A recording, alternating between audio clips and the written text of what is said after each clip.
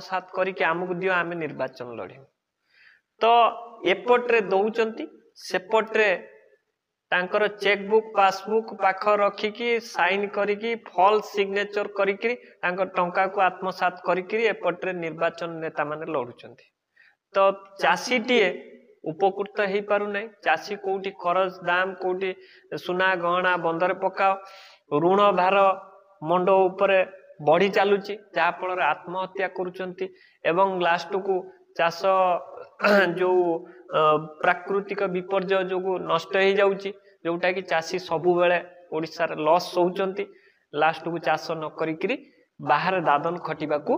पळौचंती एवं युवा पीढ़ी माने मध्य आग्रह प्रकाश करूनांती। अच्छा प्रदर्शन बाबू गोटे छोटिया कथा पचार चाहिए 24 वर्षर दुर्नीतिखोर सरकार हटि जाइछि 6 मास हला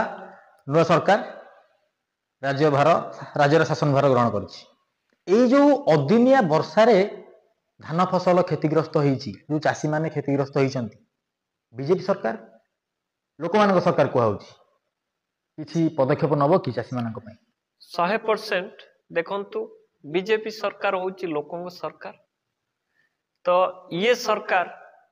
लोकों सहित अच्छी लोकों सहित रहिबो लोकों समस्या बुझिबो एवं ये जो अदिनिया वर्षा जोगु देखिथिबो चाषी मान चाषींकर जो धान गजा हे गला प्रिय मुख्यमंत्री मध्य जिला ग्रस्त करिकरी सबु अनुध्यान कले एवं सबु मंत्री आमर विधायक माने सरपंच माने तो समस्ते जाइकरी अनुध्यान करुचंती करिकरी एवं मुख्यमंत्री मध्य यार छाड़ पाई घोषणा कर सारले अच्छा प्रदर्शन बाबू आ गोटे कथा खाली कहबे निर्वाचन पूर्व भारतीय जनता पार्टी बहुत थोड़ा डबल इंजिन नारा देथिला जे डबल इंजिन सरकार आनते में डबल विकास करिबा किंतु निर्वाचन परे आलू दर डबल हो गला पेट्रोल दर डबल हो गला एटा कोन डबल विकास आपण कहउनांती एति पई दायी के सरकार मात्र 7 मास रो सरकार 24 वर्षर सरकार ये समस्यार समाधान करि पारिला नाही ओडिसा रे आलू दर काहे वृद्धि घटुची एटा आजिर समस्या नुहे 24 वर्ष सरकार समय मध्य ये समस्या थिला एवं 7 मासर सरकार कौन बा करि परिबो आलू चाष 7 मास भीतर करिकरी यार समाधान करि परिबो कि किंतु चाष करा गलानी केमिति आलू जो समस्या दूर हबो ता पई व्यवस्था करा गलानी पूर्व सरकार जो शीतल भंडार कोल्ड स्टोरेज जोटा सेटा कले नाही बारंबार इस्ताहार रे देले निर्वाचन इस्ताहार रे कि सबु ब्लॉक रे कोल्ड स्टोरेज हबो किंतु आज आपण अनुध्यान करंतु कि कोल्ड स्टोरेज केवल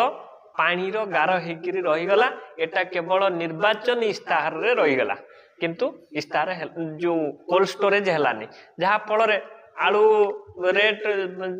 खाउटी माने अनुभव करिया को पडुची यार शिकार होउचंदी तो आमर जो नुआ सरकार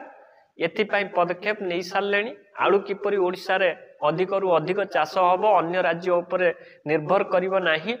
आलू एइटी चाष हबो आम ओडिसावासी सुलभ मूल्य रे केमिति पाइबे सेथिपाई गवर्नमेंट पूरा तत्पर। अच्छा प्रभूषण बाबू आपण जन युवक आपण आमर पुराना कहानी शुणिथिबे आम ओडिया पुओ माने निजर व्यापार वाणिज्य निजर व्यवसाय निजर चाषबास माध्यम अन्य व्यवसाय माध्यम वृद्धि करी अन्य राज्य अन्य देश को जाती व्यापार वाणिज्य करने आगुरी जाऊे बोईत माध्यम किंतु एबे आ सेगुड़ा देखा मिलूनी ओडिया माने आउ व्यापार करने से बोईत नहीं जाऊना एबे दादन खटिया जाऊँ गुजरात उत्तर प्रदेश मध्य प्रदेश कुआडे नहीं कुआडे दादन खटिया जाऊँ किंतु युवपीढ़ी माने चाष प्रति आग्रह ना आज्ञा देखु आगरू आम ओडिशा लोक नौ वाणिज्य माध्यम रे व्यापार वाणिज्य करुथिले आम राज्यरू अन्य देश को मध्य सबु बेपार वाणिज्य करुतिले किंतु बड़ दुखर कथा 24 वर्ष भितर एठी चाष जो लोक करिवा पई आ मन बळौ नाहंती आस्ते आस्ते चाष करिवा बंद कर देले तो काहे की ये समस्यार समाधान गोटे सरकार चिंता करिवार आवश्यकता अछि। ओडिशा गोटे कृषि प्रधान राज्य जो राज्य रे कृषि को गुरुत्व दबा कथा सेठी गुरुत्व दिया जाउ नाही। चाषी को तंटी प्रथमे चिपिक्री टंका आत्मसात करा जाउची। द्वितीय रे जने काहे चाषीटीए चाष करने को मन बड़ेब तांको जो एमएसपी सेटा वृद्धि करिवार आवश्यकता अछि। तो एमएसपी केवल निर्वाचन समय इस्ताहार दे दियंती किंतु बढ़ाती नहीं एवं जो चाषी को जो हमर बिहन सेटा जोगई दबा हो जाऊ चाषी को प्रोत्साहन जोगई दबा ये अनेक सब जिनस अच्छी जोटा कि सरकार एथिरे फेल मारिले जहा फल रे चाषी माने चाष कले नहीं लॉस होइकरी काहे चाष करिवे। किंतु आपण देखिथिबे वर्तमान सरकार जे कि निर्वाचन समय इस्ताहार रे कहिथिले 3100 टंका क्विंटाल पिछा धान देबे बोली तो देखि पड़थिबे सरकार घोषणा कले एवं चाषी माने 3100 टंका पाइले उपकृत हेले। तेणु करी आजिका समय युवपीढ़ी एवं अनेक चाषी बंधु माने जो माने मन फेरई देइतिले चाष करिवा पई जो माने दादन खटिबा को जाउतिले से माने मध्य वर्तमान मनस्थ करि सारलेनी कि चाष करिवे चाषरु से माने उपकृत हेबे लाभवान हेबे।